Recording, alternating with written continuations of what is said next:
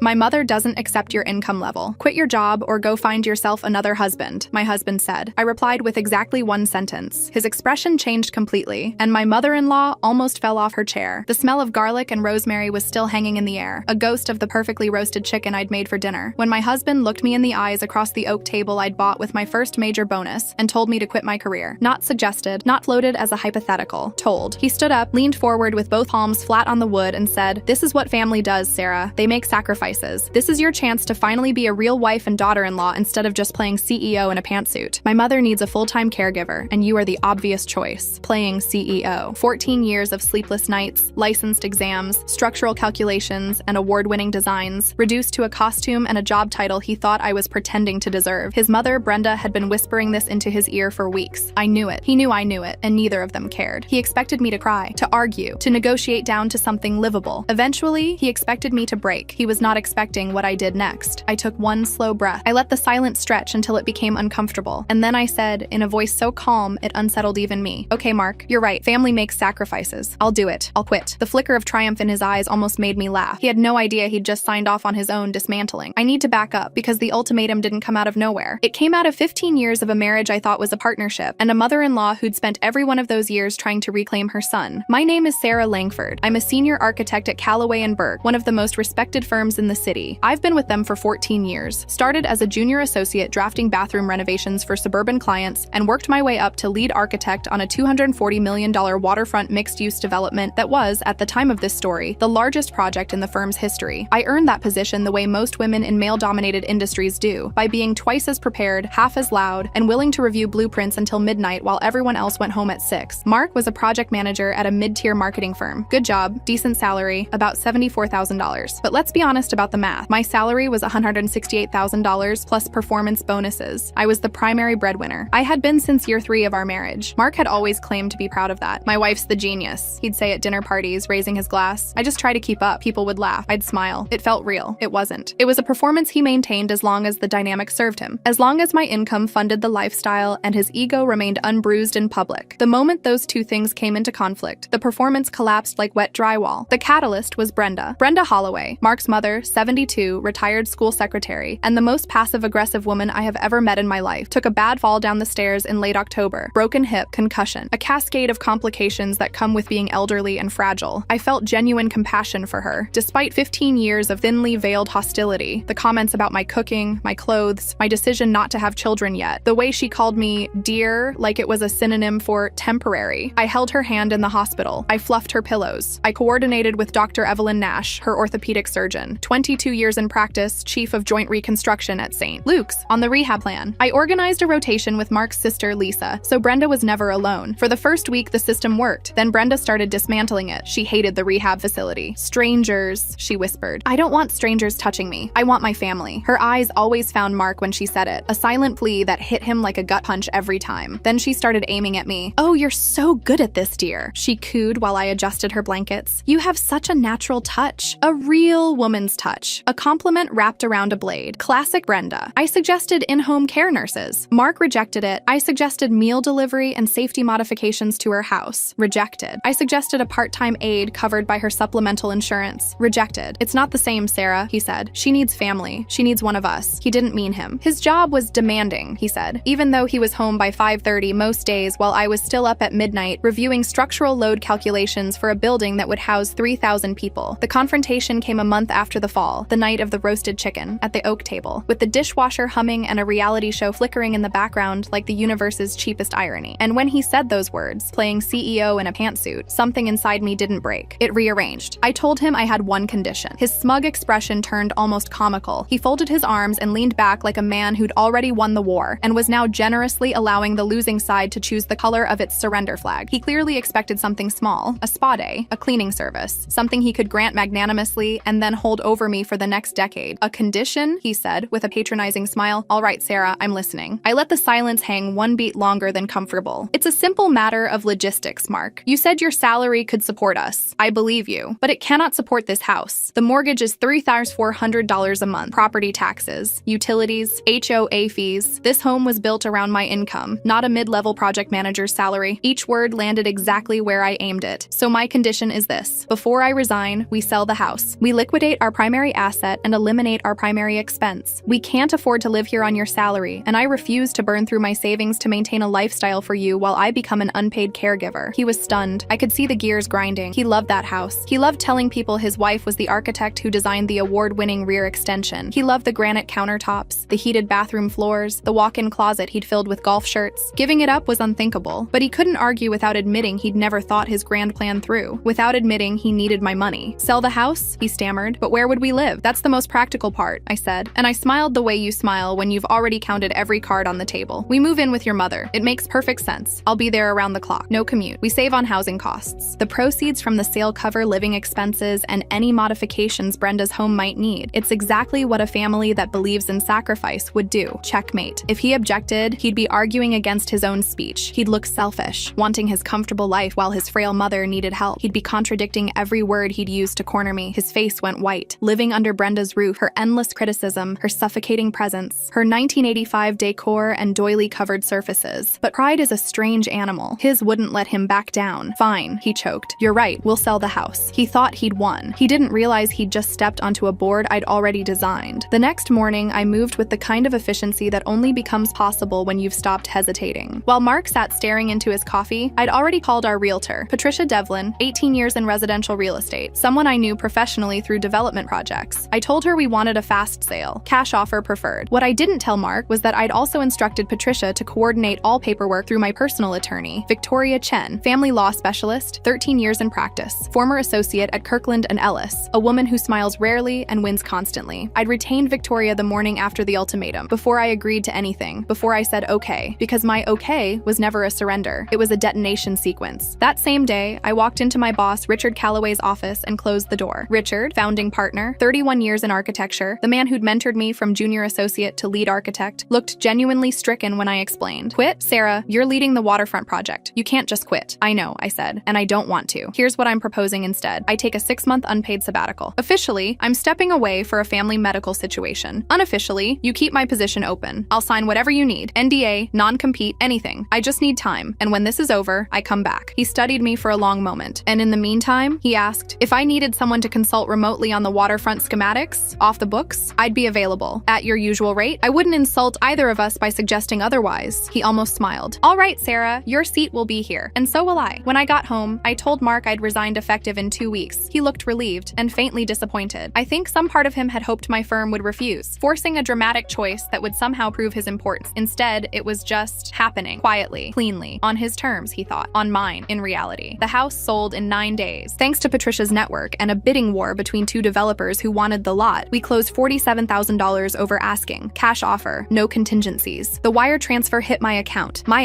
the one Victoria had helped me set up separately, on a Tuesday afternoon at 3:12. On our last night in the house, we sat on the bare floor eating pizza out of a box, the way we had when we first moved in. Mark was trying to sound noble. "This is for the best," he said. "A fresh start. I'm proud of you, Sarah." My phone buzzed. I glanced at it. Bank notification. Wire confirmed. I smiled. It must have unsettled him because his bravado cracked. "What is it? Who's that from?" I locked my screen, slid it into my pocket. "Oh, nothing. Just tying up a loose end." Moving into Brenda's house felt like being buried alive in potpourri. Doilies on every surface. Framed photos of Mark at every awkward stage of adolescence. His childhood bedroom preserved like a museum exhibit. Sports trophies, a faded Bon Jovi poster, a twin bed with a plaid comforter that smelled like mothballs and regret. Watching a 42-year-old man stand among the relics of his teenage self was the first real crack in his noble son performance. No master suite, no walk-in closet, no heated bathroom floors, just his mother calling his name from downstairs every 5 minutes. Brenda, naturally, was thriving. "Oh, Sarah, dear," she cooed as I unpacked my single suitcase into a narrow strip of closet space. "You let me know if Marky's old bed is uncomfortable. We could always set up a cot in the living room." The implication was clear. I was the outsider, the guest, the help. My days became a masterclass in invisible labor. Up before dawn for Brenda's low-sodium, high-fiber breakfast. Physical therapy exercises she complained about constantly. Medication management, 14 pills across 3 schedules, which I tracked on a spreadsheet because her previous system was a sticky note that said morning ones and night ones. Doctor's appointments with Dr. Nash every 2 weeks. Grocery runs, laundry, cleaning, and through it all, a steady stream of Brenda's commentary. "That's not how you fold a towel, dear. Are you sure about that much seasoning? It upsets a man's stomach." Marky always loved it when I ironed his shirts with extra starch. Mark, meanwhile, contributed nothing. He left for work each morning in a shirt I'd ironed, with extra starch, and came home late claiming his workload had intensified. He kissed his mother's cheek, asked me how her day was in a tone that expected a one-word answer and disappeared upstairs to play video games. He had outsourced his devotion to me and recast himself as the man making sacrifices. The financial reckoning came 2 weeks in. "Honey," Mark said one evening, "my car's making a noise. Can you transfer me $1,000 from the house money?" I looked up from the medical bill I was decoding for Brenda. "What house money, Mark?" He stared at me. "The money from the sale. The money that went into your account." "Oh, that," I said slowly. "Mark, that wasn't our money. That was my money." Silence. "The down payment came from my grandmother's inheritance. $62,000. Documented and traced. For the past 10 years, my salary covered every mortgage payment, every renovation, every property tax bill. Victoria has the records, every receipt, every transfer. Legally and financially, the equity in that house was mine." His mouth opened, closed, opened again. "But we're married. What's yours is mine." "Is it?" I said quietly. "Is my career yours to order me to give up? Is my time yours to command? You wanted me to make a sacrifice. I have. I sacrificed my home, my independence, and my daily life. That money is my safety net. It's what allows me to do this. We're living here rent-free, and we're living on your salary, just like you said we could. So things are going to be tight. You'll need to learn how to budget." He erupted, sputtered, called it theft, called it betrayal. Brenda hobbled in on her walker to back him up. "Sarah, how could you be so selfish after everything Mark has done for you?" I looked at them both, mother and son, united in entitlement, vibrating with outrage, and I did not raise my voice. I returned to the medical bill and let them simmer. The power had shifted so completely, they hadn't even recognized it yet. They thought they still held every card. They had no idea I owned the table. Over the next month, Mark's lifestyle collapsed in slow motion. He sold his BMW 3 Series and bought a used 2017 Honda Accord, dropped his golf club membership, $285 a month, stopped going to poker nights, started packing lunch because he couldn't afford the $14 salads he used to buy every day. Brenda complained that he'd switched to store-brand coffee. Both of them kept glancing at me, waiting for me to rescue them with the money they believed I was hoarding. I suggested generic brands and smiled. Meanwhile, every night after Brenda fell asleep and Mark disappeared into his video games, I retreated to the windowless guest room I'd claimed as an office. I opened my laptop and I went back to work. Richard's consulting assignments came steadily. Structural reviews, schematic notes, design revisions for the waterfront project. I was still part of the biggest build in the city, and no one in that house knew it. The consulting fees went into a second account, the one Mark had never heard of, the one Victoria had helped me set up before we'd even left the house. Right under their roof, I was building my exit. Mark got passed over for a promotion in January. He came home and slammed his briefcase onto the hall table hard enough to rattle Brenda's ceramic angel collection. Later, in the cramped bedroom, he hissed through his teeth, "It's this place. I can't think. I can't focus. My whole life is falling apart." "This is the life you chose, Mark," I said gently. "The one you demanded. You're doing the right thing for your mom." He glared at me with a kind of bewildered hatred, the specific look of a man who expected his victim to be suffering and instead found her strangely calm. It drove him insane. What he didn't know was that his breaking point was already scheduled. My sabbatical was ending in 6 weeks. Brenda had made a remarkable recovery. She walked with a cane now, managed most daily tasks independently, and Dr. Nash had officially downgraded her from high needs to periodic monitoring. She didn't need a full-time caregiver anymore. I waited for the right moment. It came on a Sunday evening. Mark and Brenda were bickering over the TV remote, their nightly ritual of mutual irritation, when I walked in and stood in front of both of them. "I have some news," I said. Mark straightened immediately. "Are you finally going to be reasonable about the money?" "It's not about money. It's about what comes next." I took a breath. Let the room settle. "I'm going back to work." Mark's face collapsed. "What? But Mom? Who's going to—" "Your mother has made a wonderful recovery. Dr. Nash confirmed she no longer needs full-time care. A part-time aide covered by her insurance will be more than sufficient. I've already arranged it. Angela Torres, certified home health aide, 11 years of experience, excellent references. She starts next Monday." "But Mark, you asked me to sacrifice my career to take care of your mother." "I did. For 6 months, I cooked her meals, managed her medications, drove her to every appointment, and handled her recovery. She is better. The job is done. And now I am going back to the work that actually defines me. Because unlike some people in this room, I never stopped being good at it." Brenda's mouth opened. Nothing came out. Mark looked like a man watching the walls close in. "And one more thing," I said. I reached into the folder I'd been carrying and set a document on the coffee table. The header read, "Divorce Petition. Langford vs. Langford." The room went airless. Mark picked up the document, read the first page, put it down, picked it up again, as if the words might rearrange themselves into something less final. "Divorce?" he whispered. "You can't. After everything you did, Mark." My voice was level, controlled, the voice of a woman who'd had 6 months to choose every word in advance. "You stood in our home, the home I designed and paid for, and told me my life's work was me playing CEO in a pantsuit. You ordered me to throw away my career, my identity, and my financial independence to become an unpaid servant for a woman who has spent 15 years undermining me. You didn't ask for a partnership through a difficult season. You issued a command. You saw me as a resource to deploy. You thought my ambitions were disposable." I leaned forward. "So I gave you exactly what you asked for. I quit. Or you thought I did. I sold the house. I moved into your mother's home. I became her caregiver. And I watched you crumble under the exact life you sentenced me to. You couldn't handle handle it for a month. The money stressed you. The house suffocated you. You hated everything about the existence you demanded I accept permanently. I slid the papers toward him. I'm filing on grounds of irreconcilable differences. I'm not asking for alimony. I want nothing from you. The house proceeds are mine. Victoria has documentation going back 14 years proving every dollar of equity was generated by my income and my inheritance. This information has been reviewed by a forensic accountant, Gerald Hutchins, 26 years in practice, court certified in asset tracing. If you challenge it, you will lose, and it will be expensive. My recommendation is that you don't. He just sat there. You still have your job, I continued. Your used car, your clothes, and your mother's guest room. I suggest you call her and let her know you're coming home. Brenda, who had been listening from the hallway, because Brenda always listened from hallways, appeared in the doorway. For the first time in 15 years, she was completely silent. Not the strategic silence of a woman planning her next barb, the stunned silence of someone who'd just realized the woman she'd spent a decade and a half trying to diminish had been the only thing holding her son's life together. Mark signed the papers 11 days later. I imagine his attorney, whoever he scrambled to find on short notice, told him exactly how hopeless his position was. Victoria had built a case so clean it could have been franked. He moved back into Brenda's house. From what I heard through mutual friends, the arrangement became its own kind of punishment. Without me there to absorb the friction, to serve as their common target, their dysfunction turned inward. The noble son and the devoted mother, trapped together in a house full of doilies and resentment, with no one left to blame but each other. I walked back into Callaway and Burke on a Monday morning in April. Richard met me at the door. He didn't say welcome back. He said, "Your office is ready. Corner suite. And the waterfront project needs you by Thursday." The promotion was official. Lead architect. My name on the building. My designs in the skyline. I threw myself into it with an energy I hadn't felt in years. Not the desperate energy of someone proving herself, but the clean, focused power of a woman who had stopped performing for people who would never clap. The waterfront project won a regional AIA award that fall. My name appeared in Architectural Digest. I bought a condo. Not a house this time, something lighter. All glass and clean lines and a rooftop terrace where I could stand at night and look out at the city I'd helped shape. The money from the old house became the down payment on the rest of my life.